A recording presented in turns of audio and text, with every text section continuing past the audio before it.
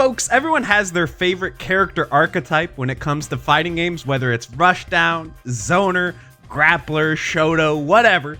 But in these categories, who are the strongest characters to have made appearances in fighting games throughout history? That's what we're going to be talking about today. I'm going to be going through a lot of the most popular archetypes for fighting game characters and discussing which character do I think is the strongest, most perfect representative for that archetype throughout the history of the genre. So this is going to be a little bit biased based on what games I have and haven't played and I feel confident talking about.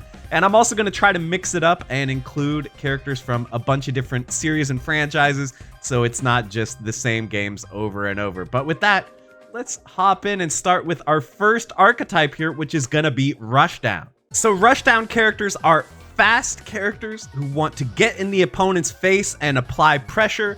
They're going to be keeping the opponent guessing, never giving them the space to back off and return to neutral. Some common examples of Rushdown characters are Chip and Milia in the Guilty Gear series, Cammy from the Street Fighter series, but let's talk about who I think is the most powerful and iconic Rushdown character throughout fighting game history.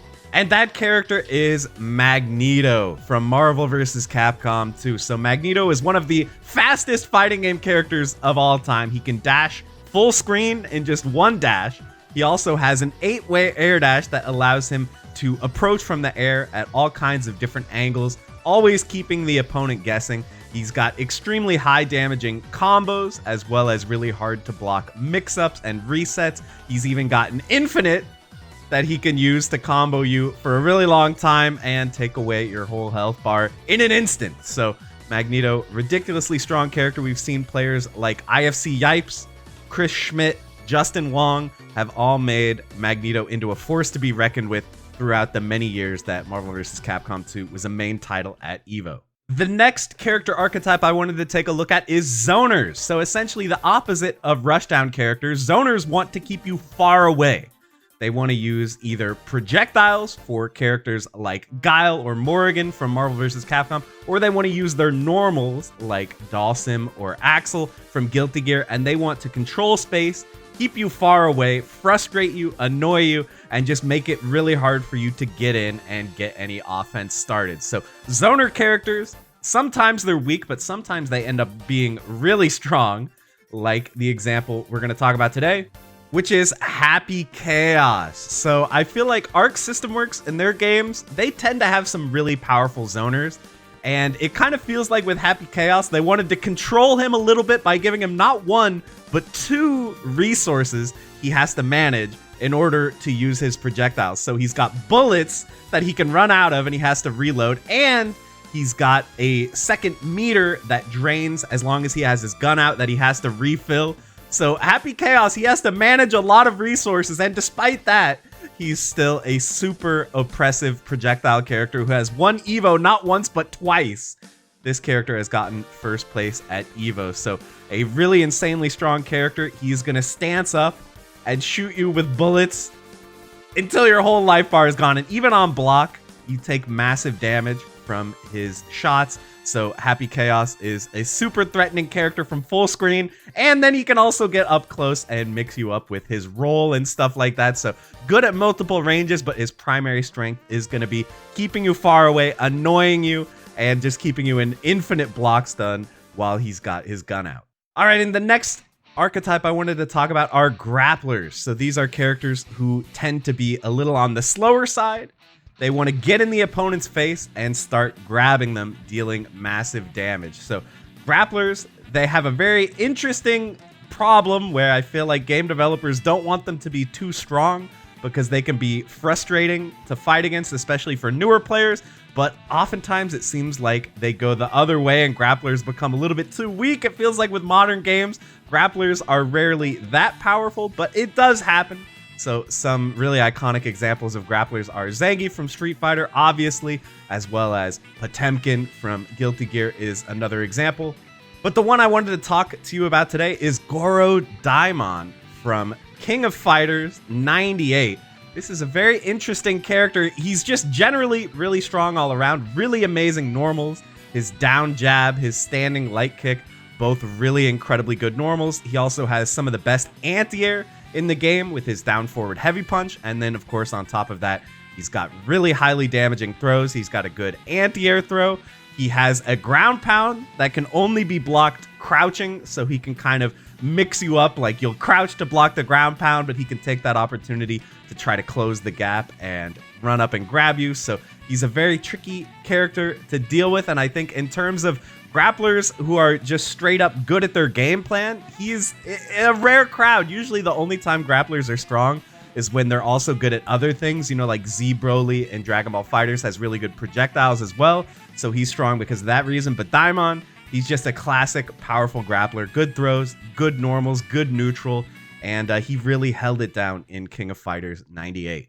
All right, next up, we're going to talk about bruisers. So this is kind of a hard category to put some characters in. There's some overlap with Rushdown. There's some overlap with grapplers as well.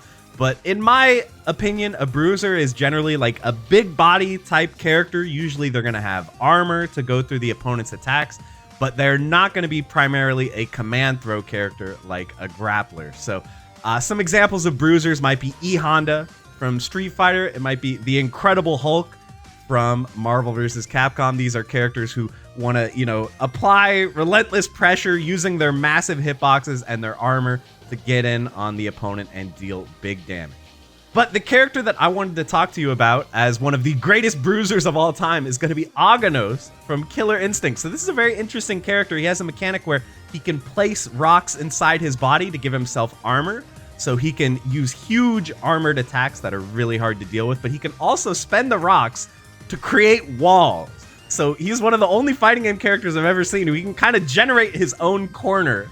You know, usually these big body characters have a hard time getting the opponent to the corner because they're on the slower side, but he just makes his own corner. And then all of a sudden, you know, the corner's behind you, your back's in the wall, and you're going to be taking huge damage. Plus, of course, you have to be really scared to press any buttons because of the threat of armor. So Aganos is a very, very strong character in Killer Instinct. Very hard to deal with. Even though having a really large hitbox is a downside, he is still a super powerful character and a really good representative in my mind of the bruiser category. All right, next up, I wanted to take a look at puppet characters. So puppet characters, they're going to have some kind of secondary character next to them that they can control, that can kind of move independently from them. And you know, I was saying that grapplers tend to always be a little underpowered, but I feel like puppet characters always tend to be a little bit overpowered. I feel like it's just an inherently strong mechanic to have sort of your own built-in assist that can keep the opponent blocking, can control the opponent for you while you're setting up other stuff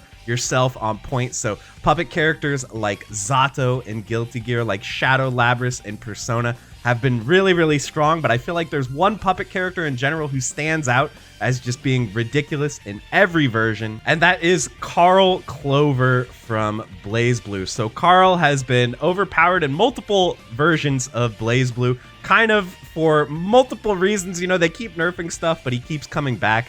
And I think the big thing is Carl, he's just got this puppet that he can move around the screen, that he can really set up optimal situations with. He can use it for combos. He can use it for mix-ups. Getting sandwiched between Carl and the puppet is a really hard situation to deal with because you're going to have to guess high, low, left, right, and then on any hit, he's going to do good damage and just reset to keep the situation going and keep you locked down by this puppet just going wild while Carl is in the front doing his thing. So a really unique and cool character who, you know, like I said, has maybe been problematic in the past, but I think a lot of people like watching Carl do his thing because it's not something you see every day. Someone just figuring out the complexities of controlling both characters at once and really making it work is a super impressive thing to see. So I think Carl is basically the archetypical example of a puppet character in fighting games.